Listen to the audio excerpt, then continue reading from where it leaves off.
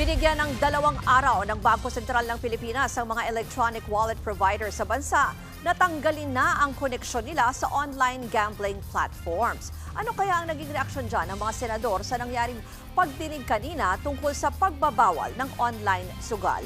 Para sa detalye, makakausap natin sa linya ng telepono mula sa Senado, si Mean Los Baños. Mean, ano ba ang reaksyon dyan ng mga senador tungkol dito sa utos ng Bangko Sentral?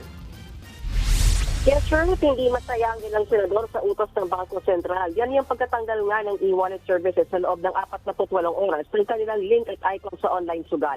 Sabi ng mga senador, bakit kailangan pa ng 48 hours para tanggalin ang links para makataya sa online gambling? Hindi raw ba kaya na ngayong araw na ito gawin? Ruth, ganito ang bahagi ng pahayag ng ilang senador.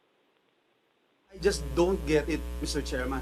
It is not acceptable yung answer bakit kailangan ng 48 hours. We wanted to protect the public eh. Namamatay na nga yung mga tao eh. Ang dami pang hindi nare-report, Mr. Chairman.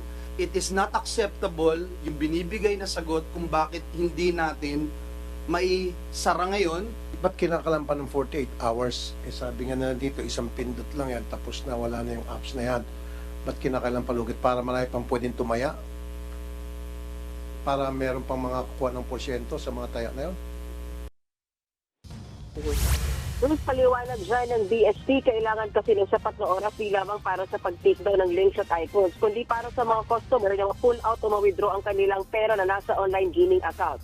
Pero sa Senate Games and Amusement Committee Chairman Erwin Tulfo gusto magpakasiguro na wala ng direktang link ang online sugal at e-wallet pagsapit ng linggo ng umaga. Kung may makita pa raw sila na linkage ng e-wallet sa online gambling, ipapakontempt na si BSP Deputy Governor Mamerto Tangona ng kanyang komite. Pero sa Senator Rodante Marcoleta na unang nagsabi na dapat pasuspindi ang links ng e-wallets para sa online gambling operations, pumalag dahil bakit daw ang mga e-wallets ang sinisisi. Dapat daw pagkorbo na ang sitahin dahil hindi maayos ang regulasyon ng ahensya sa online gambling. Narito ang bahagi ng pahayag ni Senator Marcoleta. Kayo enabler, promoter, and marketer ng online games. Kasi hindi po. Mr. Chair, parang sila ngayon ang nagigisa eh. That's why I'd like to point out, ano po ba yung limited participation ninyo eh? Kasi ang PAGCOR po ang merong regulatory powers dito eh. Bakit hindi sila yung mauna na mag-regulate? Bakit po yung GCash ang dinidiin natin? Parang nakikita ko, we're all barking on the wrong tree. Wala po akong nakikitang participation nila sa e-gambling or whatever eh. Yes, but they are the conduit to But online for gambling. the Without them, record, walang for the online record, gambling. I was the one who suggested. Hindi po pwede magtaya yung mga bata kung wala yung... Kaya nga po, ang sinasabi ko, isuspend nila. Okay. Ruth, sinubukan namang kumbinsihin ng PAGCOR ang mga senador na malaki raw ang naitutulong ng mga legal at lisensyadong online gambling sites sa ating bansa. Bukod kasi sa nagbabayad sila ng franchise tax, malaki din daw ang tulong ng mga buwis na binabayad nila para pantulong sa iba't ibang programa ng gobyerno. May sapat din daw na regulasyon na ginagawa ang PAGCOR pagbabantay para walang dayaan o hindi madadaya yung mga naglalaro. Kaya sa halip may pagbawal, sana daw ang magpatupad na lang ng mas mahigpit na regulasyon sa online gambling. Pero sabi ni Senator Pia Cayetano, di naman daw natatanggap ng PhilHealth ang sinasabing tulong mula sa PAGCOR.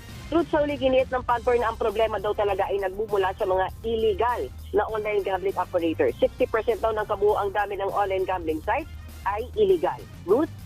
Mean, yung binanggit mo nga na may mga illegal dyan at yung sinasabi rin ni Senator Marcoleta na ipasuspend yung operations ng ilan sa mga ito. Ano daw ang ginagawa nga dyan doon sa 60% na mga illegal gambling sites?